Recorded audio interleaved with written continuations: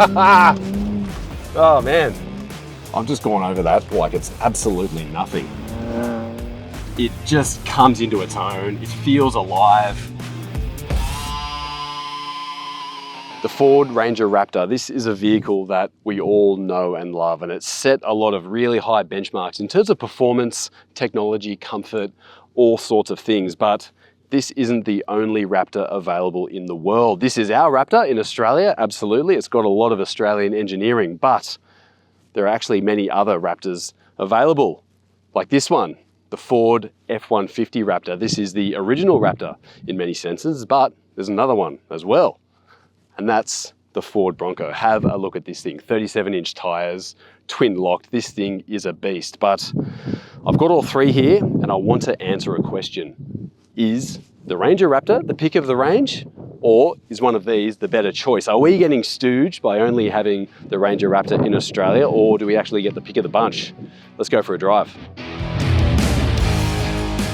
We are out in the sand dunes for this special test, but we are not in Australia. Of course, only the Ford Ranger Raptor is currently available for Australian buyers locally, but we've come to one of the few markets in the world where all three options of Raptor is available, and that is the Middle East. Now, we've got no shortage of sand here, but I have to say that the terrain isn't massively different to what you get in some parts of Australia. And while we do have some rock crawling on the menu a little bit later, this is mostly the kind of terrain that a Raptor really excels in. We've got soft and rough surfaces everywhere with big bumps, steep climbs, and wide open spaces to explore. Let's have some fun. Now, the Ford F-150 is the vehicle that started off this whole thing around 15 years ago, and we've got the current 2025 Ford F-150 Raptor here. It has changed over the years. It doesn't have a V8 anymore. It's got a 3.5 litre twin turbo V6 under the bonnet. That makes 335 kilowatts, so it's a big step up in power and torque as well over the Ranger Raptor. But this is a bigger vehicle overall. You've got 35-inch tires. There are optional 37s that you can have on this vehicle. I reckon personally 35s are plenty, even on a vehicle of this size. But let me just walk you down the side here, because the size of the F-150 is a big deal, I think, in terms of the way it looks. This is a really aggressive looking rig, and it makes the Ford Ranger Raptor look a little bit like a little brother, I suppose. The Ranger Raptor is a great looking car, but this certainly takes things up to the next level. In terms of size inside, you've got heaps and heaps of room. You've got a big wheelbase here, but similar to the Ranger Raptor, you've actually got a different coil suspension set up here at the back. There's no load carrying leaves. You've actually got coils with a panhard rod set up there. This is something that is tuned for off-road performance in particular, and you've got massive dampers to back that performance up as well. You've got Fox live valve dampers, but they're actually bigger than the Ranger Raptor units. These are around 3.2 inches of diameter. So for a stock standard vehicle, it's a bit hard to see in there at the moment, but they are a massive damper. They've got big external reservoirs.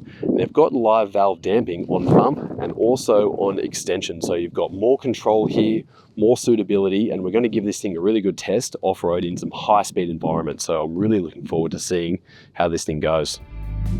While I'm holding on for dear life across these sand dunes, please do me a favor and drop a click onto that bell button. That will mean you will never miss another video from us on YouTube. Getting our first taste of this Ford F-150 off-road. We haven't given it the full beans yet, but we've got this nice wide open area. It's quite loose. It's almost like bull dust underneath us here actually, and it's quite rutted as well. I can feel the suspension. It's beautifully soft, and this vehicle, it feels really big as well. So this is going to be an interesting thing to see how this thing feels in comparison to a Ranger Raptor, which is almost like the hot hatch version of this car. But let's see how we go.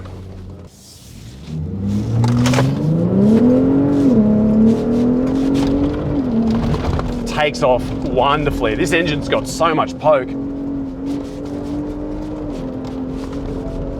Doing 120, 130, absolutely gliding across this surface. It is happy as. On the brakes a little bit. Nice and easy. Tip it around.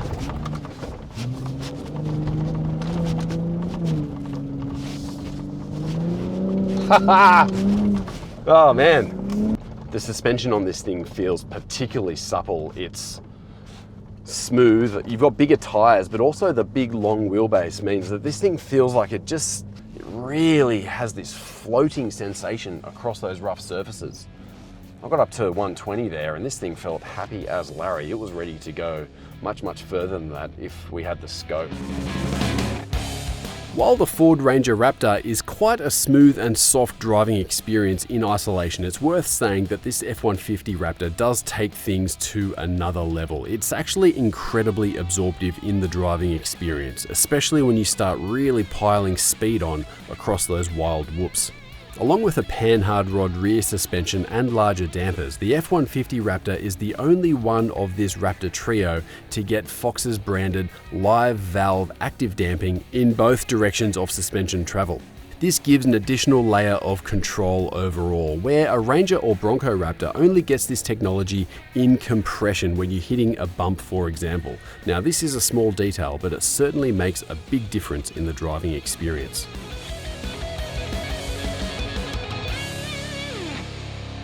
Now this is clearly the most familiar of the three Raptors here. This is the Ford Ranger Raptor, what we get in Australia, and this is a real benchmark setting vehicle in my opinion. We do have some competitors floating around. We've got a Toyota Hilux GR Sport, we've got a Nissan Navara Warrior, we've got a few other things, but nothing really can match this in terms of the level of engineering that's gone into it and the quality and performance of the end product. This thing really does stand alone in so many respects.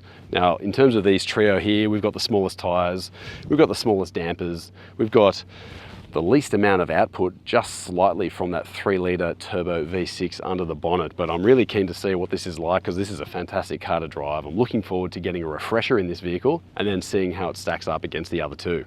It's been a little while since I've driven a Ranger Raptor, but it hasn't taken long for me to remember why I think this car is really special, I think, in Australia in particular, but globally as well. Ford has done a really amazing job, I think, of making this car feel cohesive overall. It's not just a big engine. You've got 300 kilowatts here, nearly 300 kilowatts from this 3-litre turbo petrol V6. You've got really nice Fox suspension. You've got active damping there. You've got different coil springs. There's a lot of individual things that I really like about this car, but it's actually how it all comes together as a cohesive unit. This car is really nice to drive around town. It feels supple and smooth and controlled when you're going over speed bumps and rough surfaces, much more than most other four-wheel drive utes out there. And a nice, torquey, powerful powertrain is always a fantastic thing. But once you get it off-road, you get it onto fast dirt roads, you get it onto sandy tracks like we have here at the moment, sand dunes and desert country, it just comes into its own. It feels alive. It's great through the steering. The brakes actually aren't too bad. The suspension is phenomenal. And you've just got this connection throughout it all that the car feels playful, but it's also connected. It's controlled. It gives you a bit of confidence. It's fantastic. And it's a really unique proposition. And I think a lot of people are going to give the Raptor a bit of grief because it's an expensive car, really. I mean, you're looking at 90 grand for a four-wheel drive ute that doesn't tow as well as others and has a slightly smaller payload. But I think you're missing the point of this car overall. It's about how it feels, and there's a level of engineering here and a level of cohesiveness, the way it all works together, that really is fantastic. This car, it is special.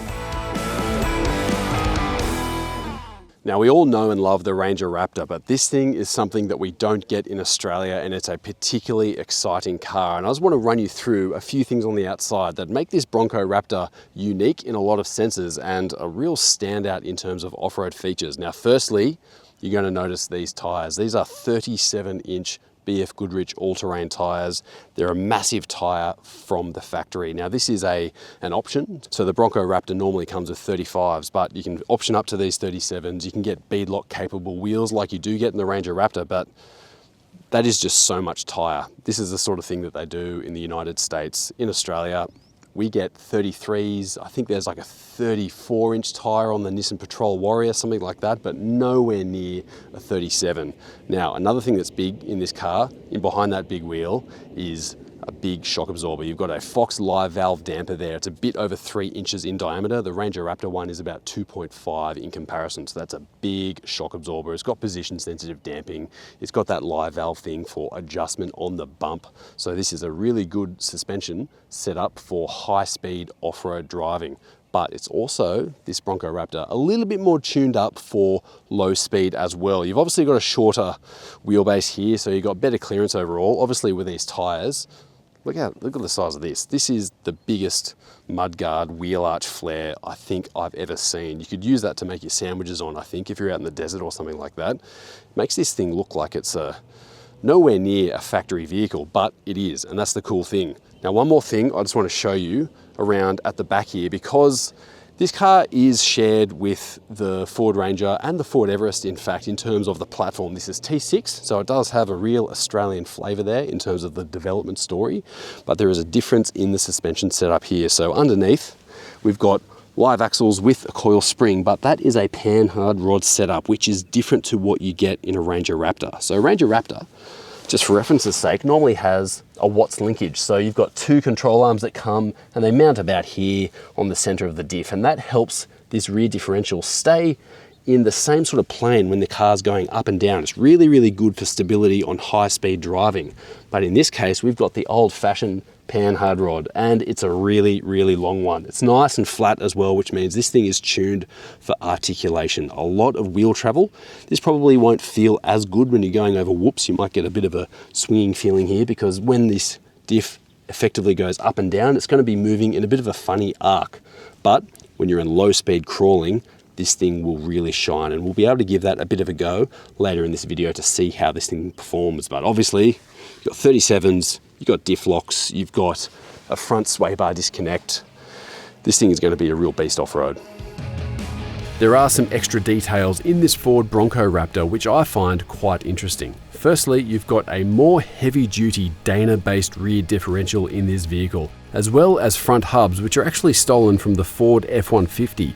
And this is done to help accommodate the heavy loads that come with the massive tyres on this Bronco Raptor.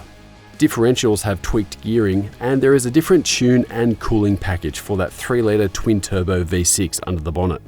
Now, this is our first taste of forbidden fruit for Ford's Raptor range. This is the Bronco Raptor, and there's a lot of very interesting stuff going on with this car overall.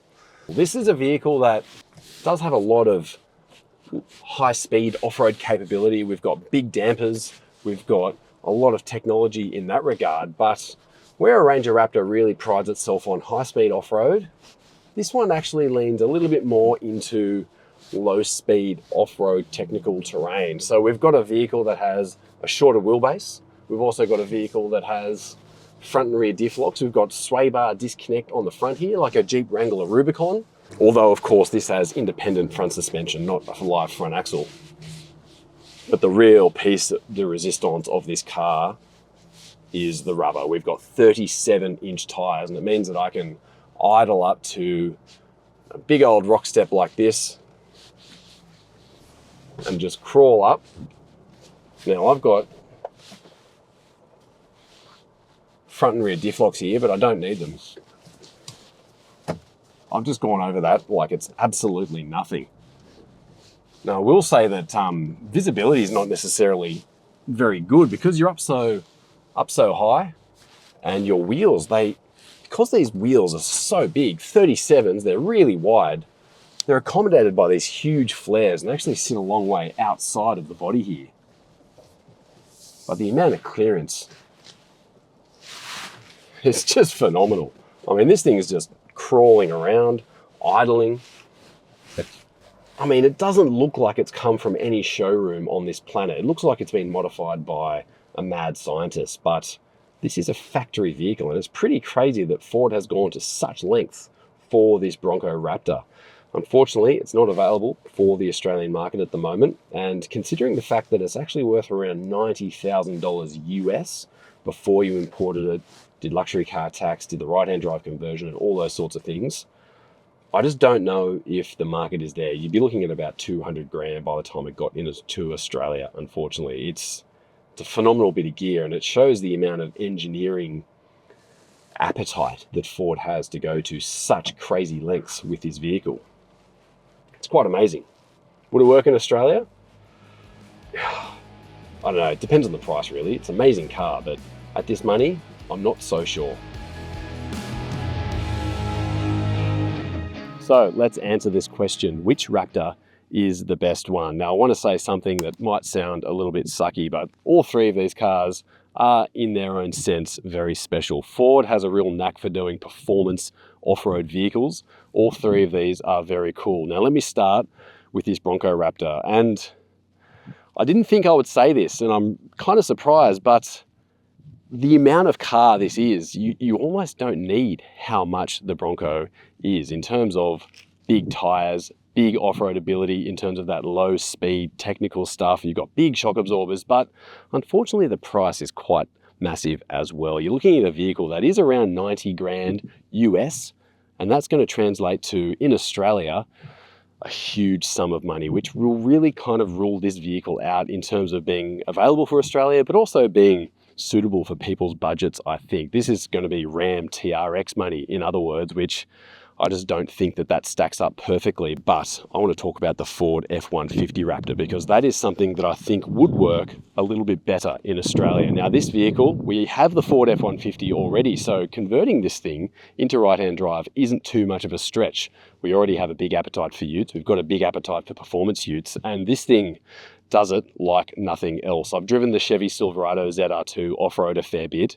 This quite easily takes things to another level in terms of performance, suspension, capability, and just feeling a bit more special.